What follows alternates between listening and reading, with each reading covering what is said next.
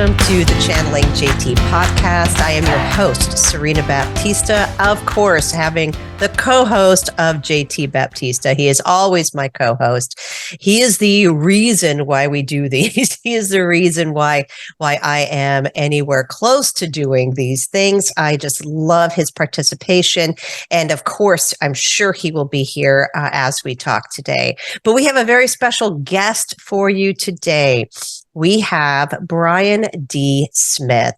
Now, Brian is an amazing guy. I met him at the IANS conference, and IANS stands for International Association of Near-Death Studies.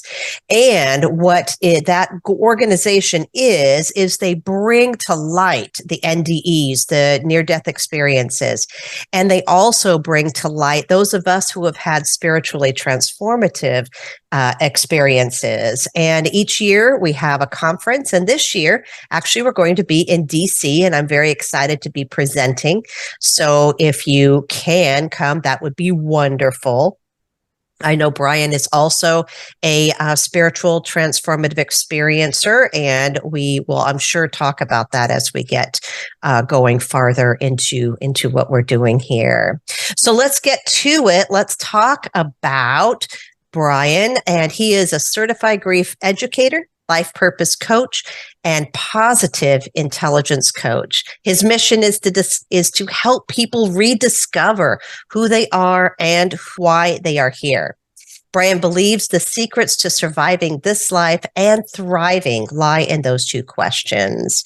Brian says, if you're feeling stuck, it's most likely because you have forgotten the answer to one or both of those questions. Brian's vision is to create a world where everyone has a sense of purpose and fulfillment.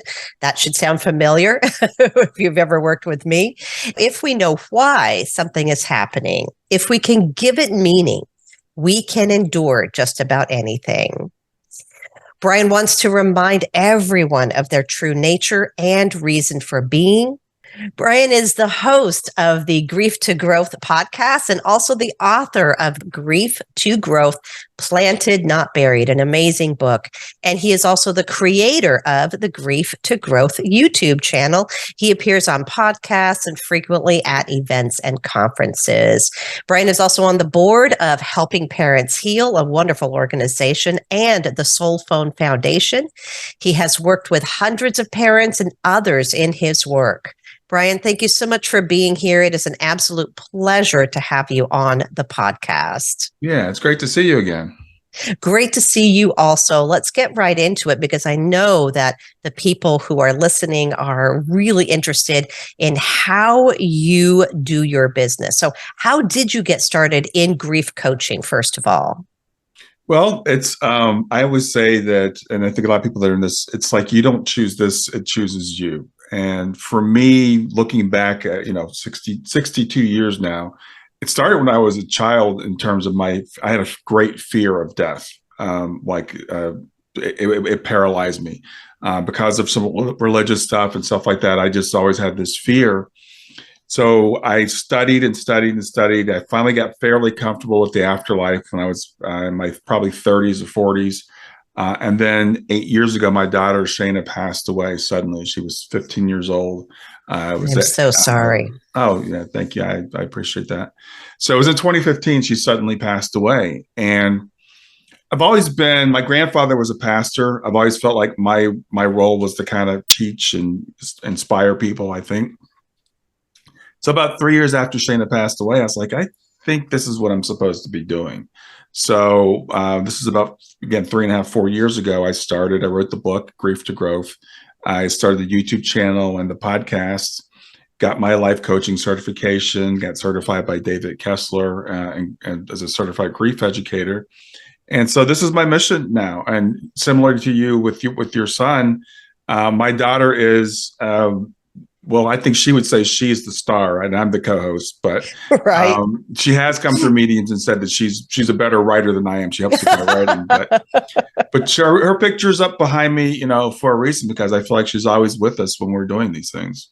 That is wonderful and sounds so much like my JT. Yeah. I always joke he's the better writer. His book got the awards, right? Yeah. Yeah. So now, because of all that you experienced, what are your current views on life and death? I'm assuming they probably change. They do change when you lose a child. That's for sure. Yeah, they absolutely do change. And what's really weird, I said I grew up in a religious background, so I was always taught about the afterlife, even though it was not really great. I wasn't looking forward to it at all. But I was taught about the afterlife, and I'm a very rational person. I'm an engineer, so I've studied it for a lot. And but it wasn't until after Shayna passed that I started thinking maybe there's a design. Maybe there's a plan to our lives. Maybe everything does really work out for the best. So that's been a big shift for me, which I find really ironic that after the worst thing that could possibly happens to you, then that's when I decided to say, well, I think there's meaning and purpose in this.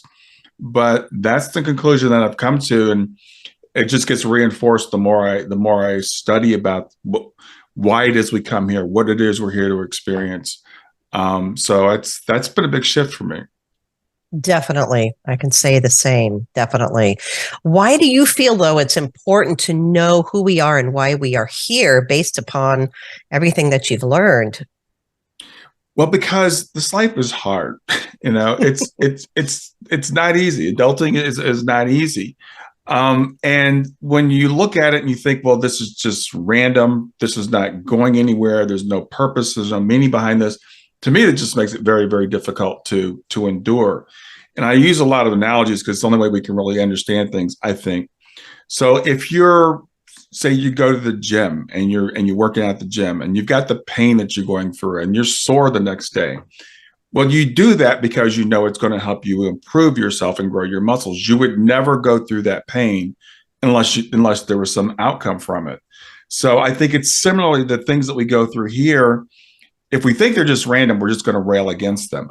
If we think, okay, how can this help me grow? How can this be beneficial to me? Maybe this is something that I'm doing. Maybe I chose to do this. To me, it just makes it make more sense. And I think human beings, we seek meaning. It's just a natural thing that we do. It's part of who we are. And not having that meaning, I believe, as you said in the intro, I think is the biggest problem we have in the world today. People don't understand who they are or why they're here. Absolutely. I find the same. And so you mentioned in the beginning that you are now a life coach, or you did life coach training, Mm-hmm. as well as the grief training. So how does your coaching and counseling maybe differ from others that people might have experienced? I know it's really difficult for people to find that person that can really assist them. I know when I was new in my grief, I wouldn't trust anybody except someone who lost a child when I was talking to them, because it is such a unique thing. So I imagine that, that people who have lost children, there's a lot of my audience, a lot that have, probably would be able to relate to you very well. Well, there's mental health professionals are wonderful people. They do a great job. They're very, very necessary. And I went to a traditional grief counselor after my daughter passed away. I had like 3 sessions with him. I thought he was a nice guy, enjoyed having, time with him.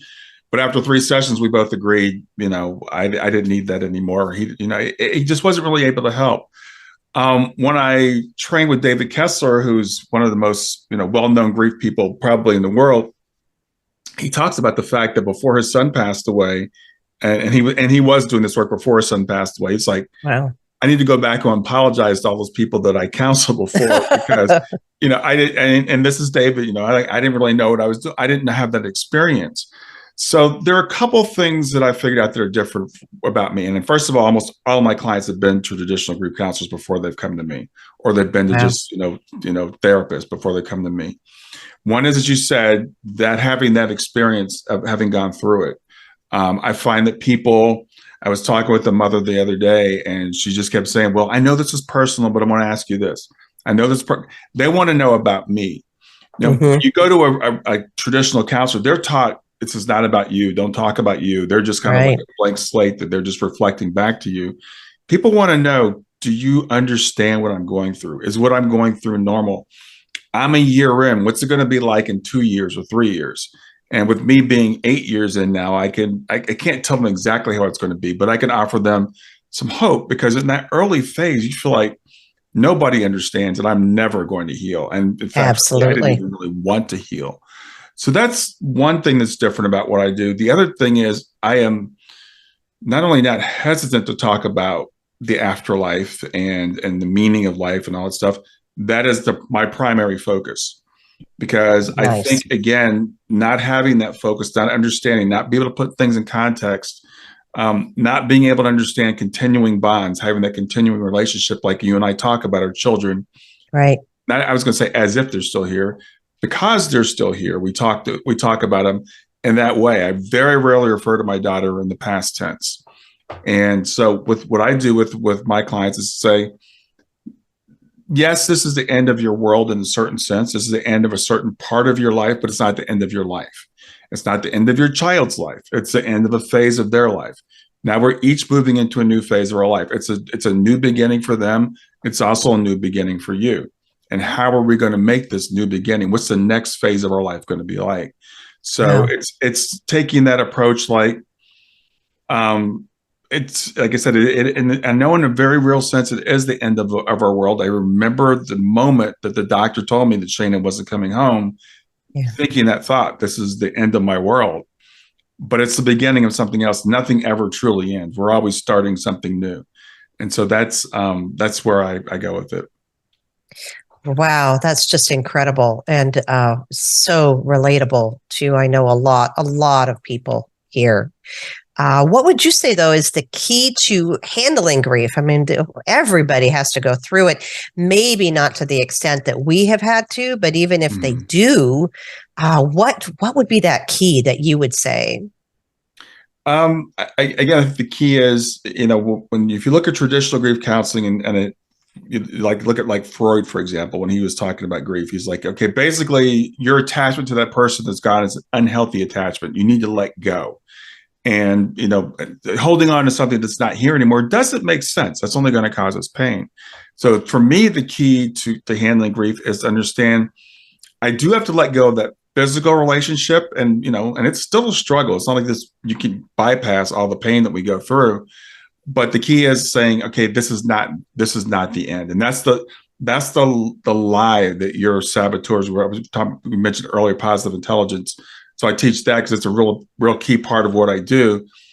You have these internal voices that'll lie to you and say, this is the end. This is over. There's no meaning in this. You're never going to be able to, all these things that our saboteurs tell us, and being able to push back against that and say, no, this is not the end. I'm going to be okay. They're going to be okay. They are okay.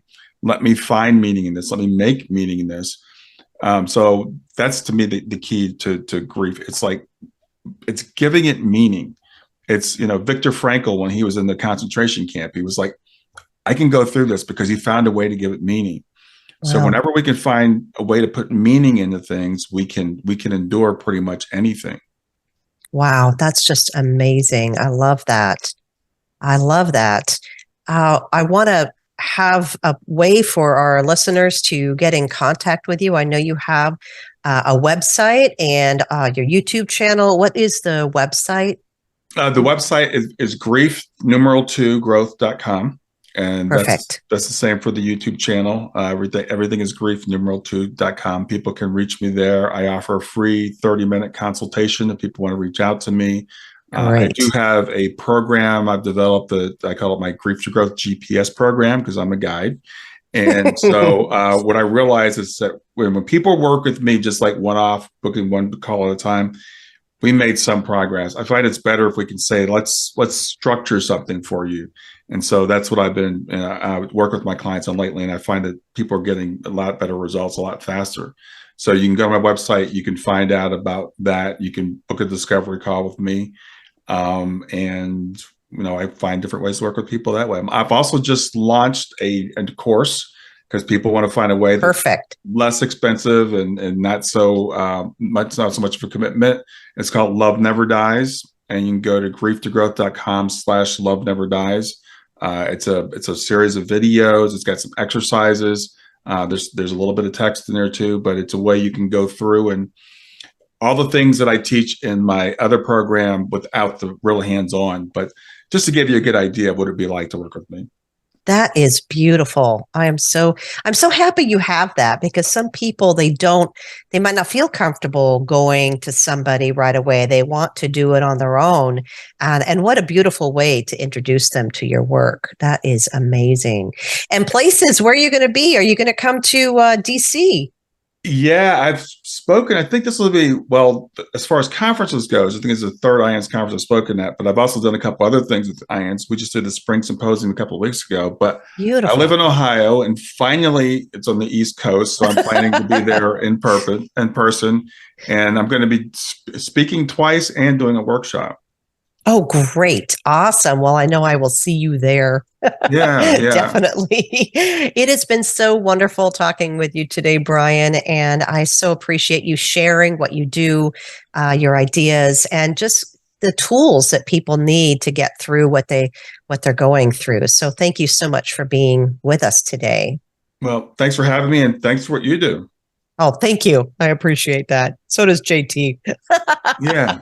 Awesome. And we will see you all next time. And we so appreciate all of those listening and all of those who are part of this walk that we're walking, and just encourage you to, to listen to your heart and to listen to what that inner voice is saying to you, not those lies like Brian was talking about, but truly what your heart is saying, and express that into the world. And we are so grateful for you. Thank you. And we'll see you next time.